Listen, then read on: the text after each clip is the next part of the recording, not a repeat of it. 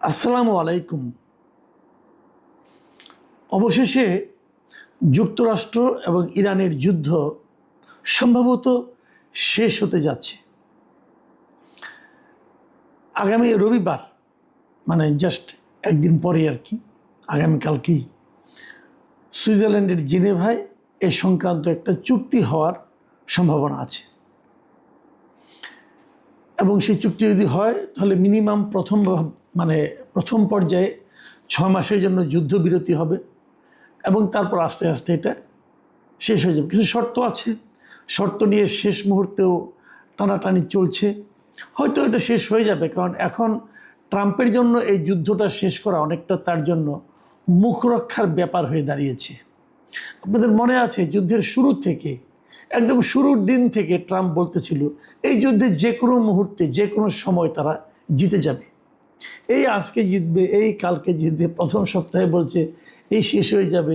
এক পর্যায়ে এমনও বললো যে ইরানের সভ্যতাই নাকি ধ্বংস করে দিবেন। অনেক কথাই বলেছেন এবং এ সমস্ত কথা বলা বলির মাধ্যমে ট্রাম্প তার যে চারিত্রিক বৈশিষ্ট্যের একটা প্রমাণ সারা দুনিয়ার সামনে তুলে ধরেছেন। সেই বৈশিষ্ট্যটা কিন্তু, সেই প্রমাণটা কিন্তু, সেই চিত্রটা কিন্তু যুক্তরাষ্ট্রের মতো একটা দেশের যে প্রেসিডেন্ট, তার যে ভাবমূর্তি থাকার কথা সে পর্যায়ে নয়, বরং সেটা ট্রাম্পের জন্য অনেকটাই অপমানজনক। উনি ক্রমাগত ভুল তথ্য দিয়েছেন, মিথ্যা তথ্য দিয়েছেন, নিজেও মিথ্যা বলেছেন, একে অন্যের উপর দোষ চাপিয়েছেন, কখনো এর উপর দোষ চাপিয়েছেন, কখনো তার উপর দোষ চাপিয়েছেন, কিন্তু কোনো কিছুই করেই উনি শেষ পর্যন্ত মুখ রক্ষা করতে পারেননি এবং নিজের ইমেজটাকে গড়ে তুলতে পারেননি। জাতীয় পর্যায়ে তার দেশে তেলের দাম বেড়ে গেছে, জনসাধারণের মধ্যে যুদ্ধবিরোধী যে অবস্থানটা, মনোভাবটা, সেটা প্রকাশ্য হয়েছে, তার বিরুদ্ধে বিক্ষোভ হয়েছে এবং যে রিপাবলিকান দলের উনি সদস্য, সেই রিপাবলিকান দলের মধ্যেও তার ব্যাপারে অনেক আপত্তি এবং ক্ষোভ জন্ম নিয়েছে, প্রকাশিত হয়েছে। এই সামনে নভেম্বরে তাদের একটা মধ্যবর্তী নির্বাচন আছে, সেই নির্বাচনে রিপাবলিকান দলের একটা ভয়ঙ্কর পরিণতি হতে পারে বলে অনেকে ধারণা করছেন। কী হবে শেষ পর্যন্ত বলা বড় কঠিন।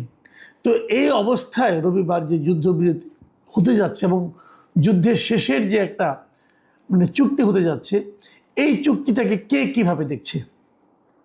ইরানের যিনি পররাষ্ট্রমন্ত্রী আছেন আব্বাস আরাগাচি, এই যুদ্ধকে কেন্দ্র করে এই ভদ্রলোক কিন্তু খুবই পরিচিত মুখ হয়ে গেছেন সারা দুনিয়ার কাছে।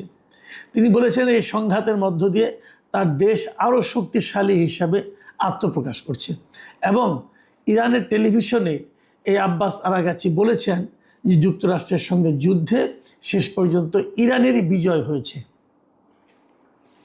যদিও যুক্তরাষ্ট্রের যারা সামরিক ব্যক্তি যারা আছেন তারা নিজেরা বলা বলি করছেন এবং বলার চেষ্টা করছেন যে এই যুদ্ধ মোটামুটি আমেরিকা যা চেয়েছিল তা অর্জন করতে পেরেছে।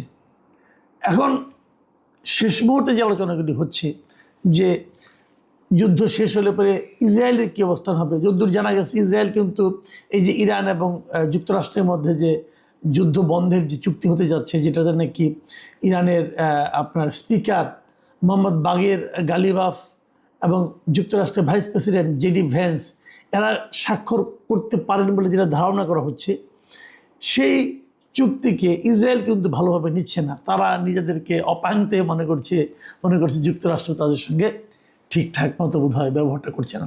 সমস্যাটা যেটা হয়েছে, আসলে ইসরায়েল ভাবতেও পারেনি যে ইরান এতদিন পর্যন্ত যুদ্ধ চালিয়ে যাবে। আপনি একটা জিনিস ভাবেন, যুদ্ধ শুরু হয়েছে সে ফেব্রুয়ারির 28 তারিখে, তারপরে পুরো মার্চ গেল, পুরো এপ্রিল গেল, পুরো মে মাস গেল, আর আজকে জুন মাসের 13 তারিখ, সম্ভবত 14 তারিখে এই স্মারকটা স্বাক্ষর হবে।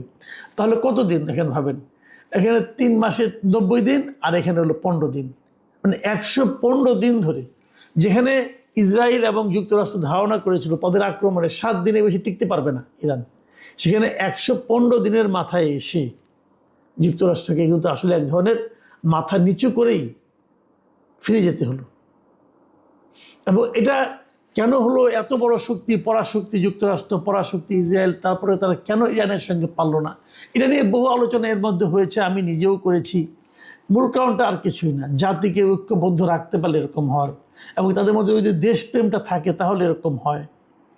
এবং ভৌগোলিক একটা ব্যাপারও আছে, মানে আপনার এই যে মানচিত্র যেটা, সেটা যদি আপনারা দেখেন যে আসলে ইরানকে পৃথিবীর ইতিহাসে শুরু থেকে এ পর্যন্ত ইরানকে দীর্ঘদিন কেউ প্রধানত রাখতে পারে নাই, কেউ না, সেই প্রাচীন আমলেও পারেনি।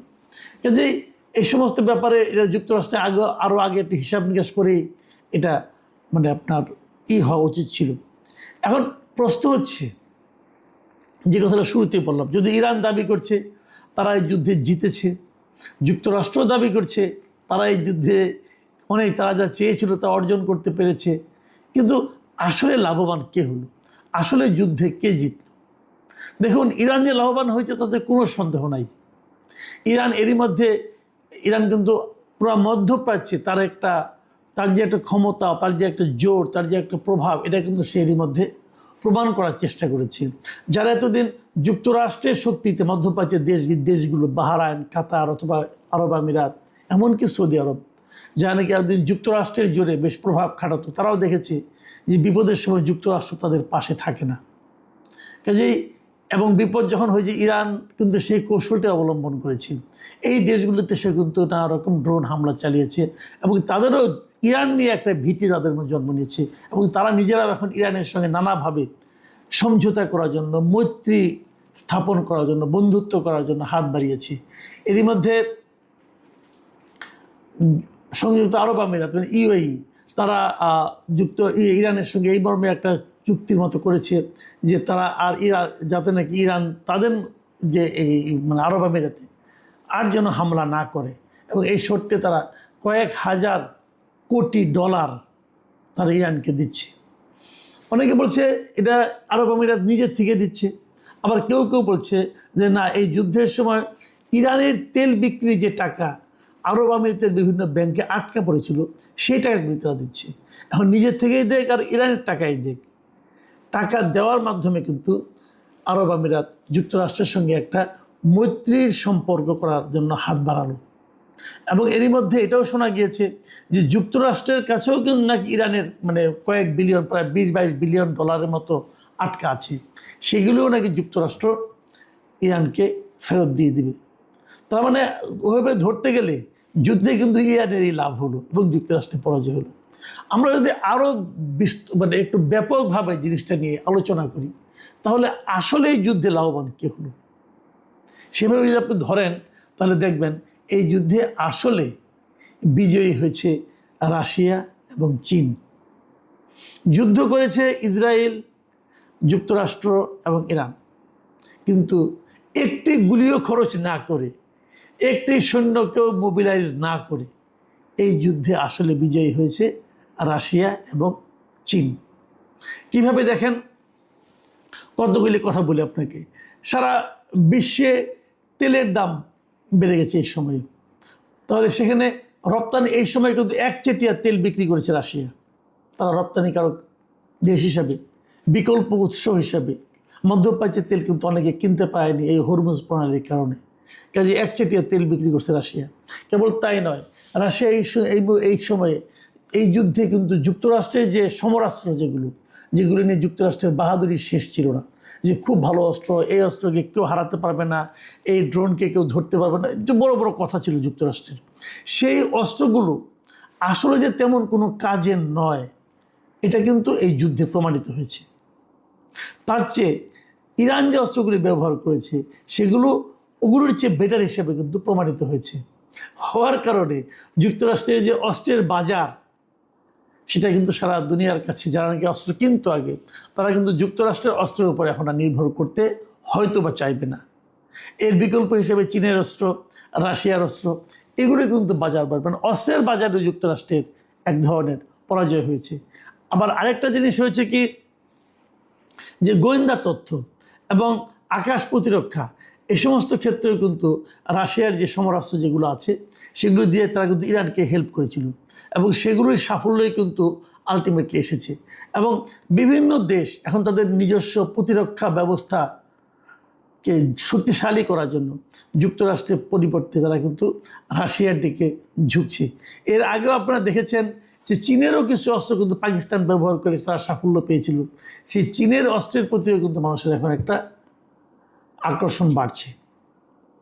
তো এখান থেকে আমরা একটা জিনিস বুঝলাম যে হাতে আপনি যত অর্থই থাকুক না কেন, যত অস্ত্রই থাকুক না কেন, যদি আপনার লিডার যদি দূরদৃষ্টি সম্পন্ন না হয়, তাহলে আসলে আপনার পরাজয় ছাড়া আর কিছু নাই। সারা দুনিয়াতে যুক্তরাষ্ট্র যেরকম নিজেদেরকে বিশ্ব মোড়ল হিসাবে বলার চেষ্টা করত, সেটা সম্ভবত এখন আর তাদের পক্ষে সেভাবে বলা সহজ হবে না। প্রিয় দর্শক, আমাদের দিক থেকে স্বস্তির ব্যাপারে একটাই, যে যুদ্ধটা শেষ পর্যন্ত থামলো। হয়তো থামবে, বলা যায় না